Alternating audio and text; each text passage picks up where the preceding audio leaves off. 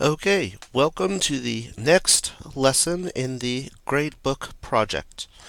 In this lesson, we will be learning about a method to replace arrays, because as you should have realized by now, arrays are very difficult to work with when you want them to be very fluid. And there are some other advantages to the system that we'll use to replace arrays within our code. The key to what we will be doing is something called an array list. An array list is a type of object that allows us to create a list that is much more flexible. And just as we have done before, we start with the type. So we'll be modifying the code from our gradebook from the last lesson, and therefore we'll be starting by modifying the type from an array to an array list.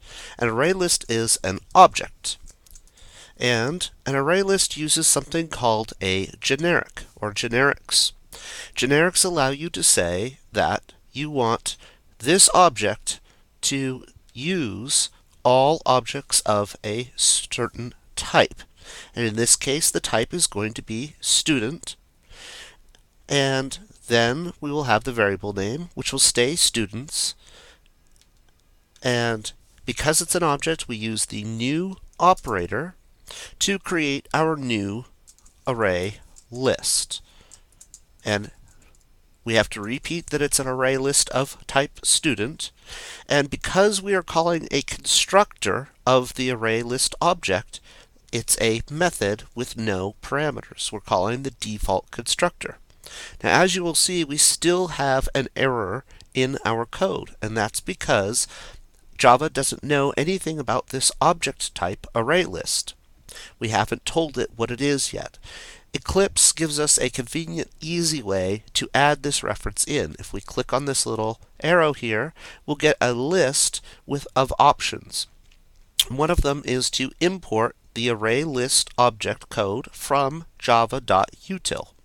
So if we double click on that, it will helpfully add a line to our code that says import java.util.arraylist. This essentially allows our program to know how an array list works. Okay, this constructs our array list. And an array list can work differently than our array because it is empty. It has 0 elements in it. However, it does currently exist because we've called the constructor. Okay, now we need to go through and modify our code to use our new array list. And we can see that the first error we have here shows up down in these lines because these all refer to how you work with arrays. So, we can leave this line that creates a new student from our parameters here. Then all we need to do is add that student to our array list, which is very simple. We simply say students dot, and an array list has a whole slew of methods, one of which is add. And because we told it was an array list of students, it's expecting as a parameter any object that is a student. And S happens to be a student, so we can add it to our list. And unlike the rest of our code, remember all this other work we had to do? Well, guess what? All gone. That's all it takes to add a student to our array list. Okay, let's move on to the next method. In the next method, we have public student get, and then we give an index.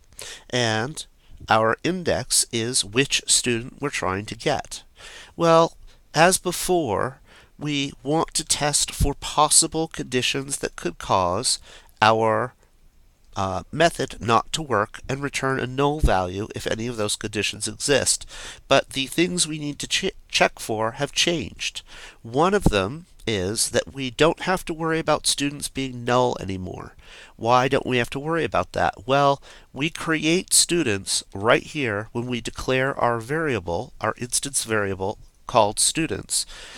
It can now be an array list with 0 items in it. So we don't have to worry about it being null anymore because it can't be null. So we can just delete that test.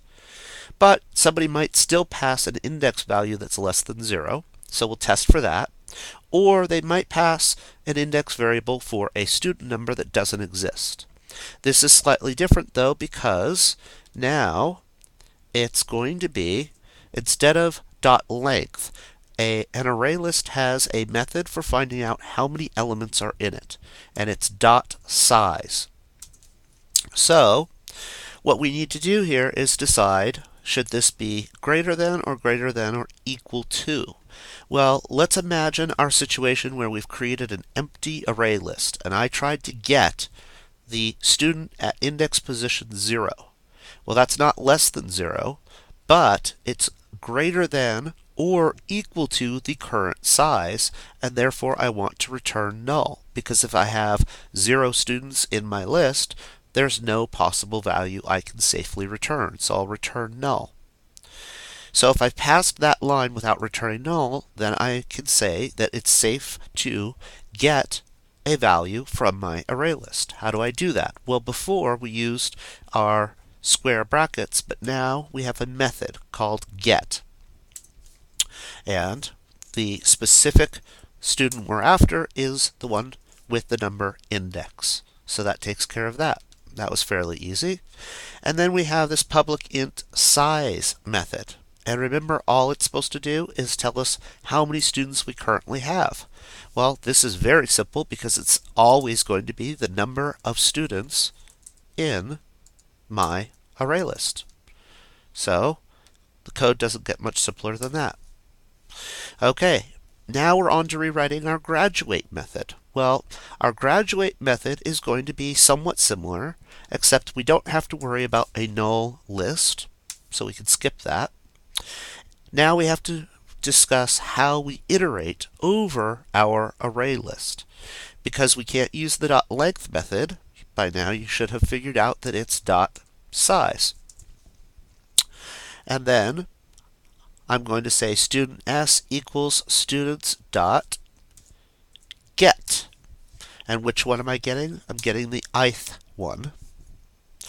Okay, the rest of the code can stay the same, except that here I have remove, and we're going to have to go down and process how we actually remove a student from our list.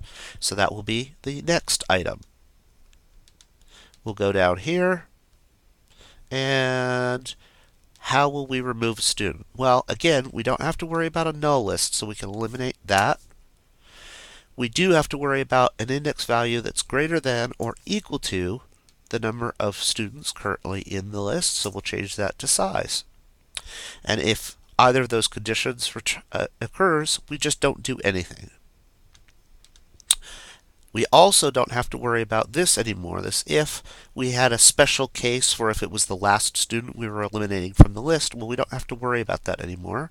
So we can simply delete this if and its associated else and the close curly brace. Okay, well, what do we need to do? I'm going to re-indent there.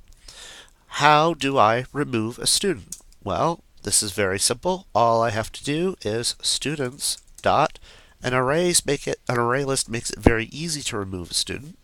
I just use the remove method and I remove the index number student. All the rest of this code no longer needed. And just like that, we have changed from using an array to an array list. And you'll notice how much shorter my code is. Now, I'd like to remind you that in the previous assignment, you rewrote or modified your graduate method to operate slightly differently. It was supposed to return an integer value.